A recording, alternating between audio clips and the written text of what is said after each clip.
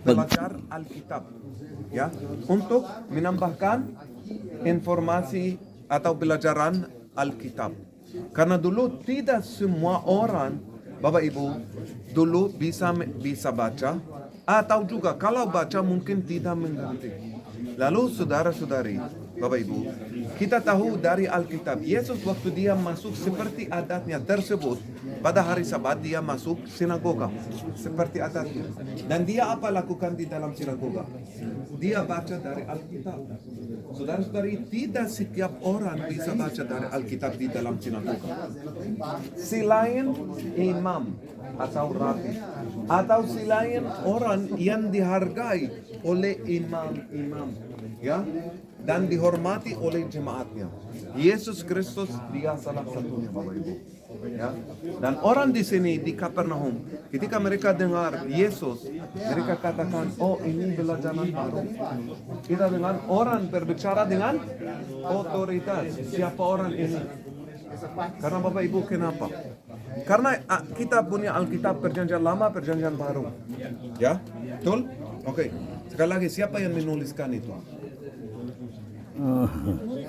Murid. Tapi itu ilham, ya, dari Tuhan.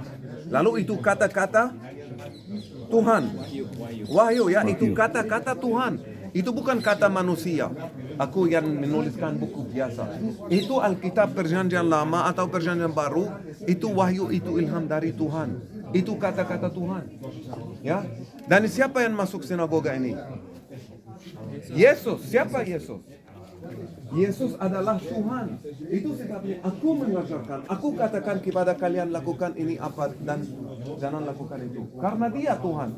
Itu sebabnya orang katakan dalam Injil Lukas pasal 1, Markus pasal 1. Ya, ini pelajaran baru. Kita dengan orang berbicara dengan otoritas.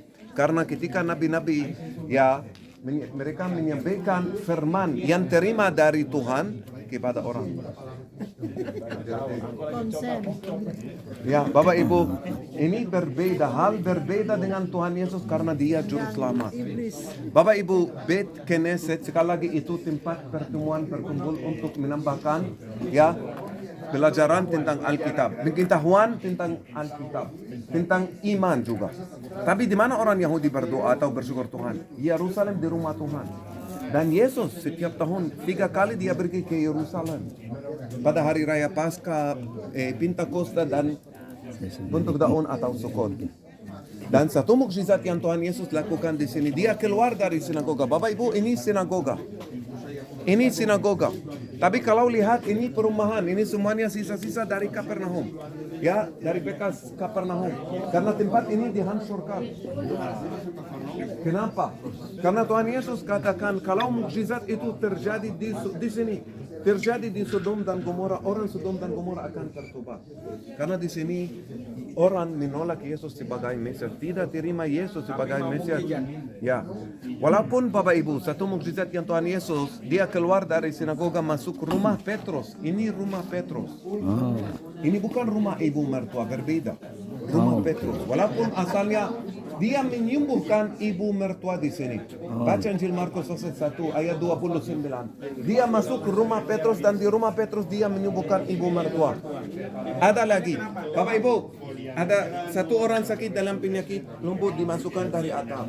Wanita yang sakit juga disembuhkan di sini. Wanita yang sakit dalam penyakit pendarahan selama 12. Dia menyentuh lubangnya dan dia sembuh di sini juga. Ya. Tuhan Yesus membangkitkan dari kematian anak Jairus. Bapak Ibu, banyak mukjizat juga. Dia memerintahkan murid-muridnya untuk membayarkan pajak, apakah boleh atau tidak boleh, ya. Dan dia Petrus menemukan uang di dalam mulut ikan dan dia membayarkan pajak, ya. Saudara-saudari, banyak mukjizat. Dan Tuhan Yesus dalam Injil Matius pasal 11 dia kotok 3 kota. Kota ini Korazim dan Betsaida, dan ini Kapernaum. Dan 8 Masihi, gempa bumi menghancurkan daerah ini.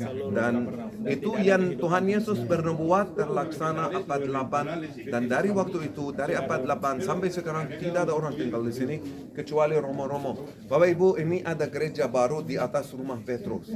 Ya, juga bisa melihat rumah Petrus bentuknya segi 8. Ya, memperingati 8 sabda bahagia. Ya, itulah melambangkan apa? Yesus, dia dapat namanya setelah 8 hari waktu dia disunat. Itu tradisi orang Yahudi. Dia menambahkan diri kepada Thomas setelah 8 hari.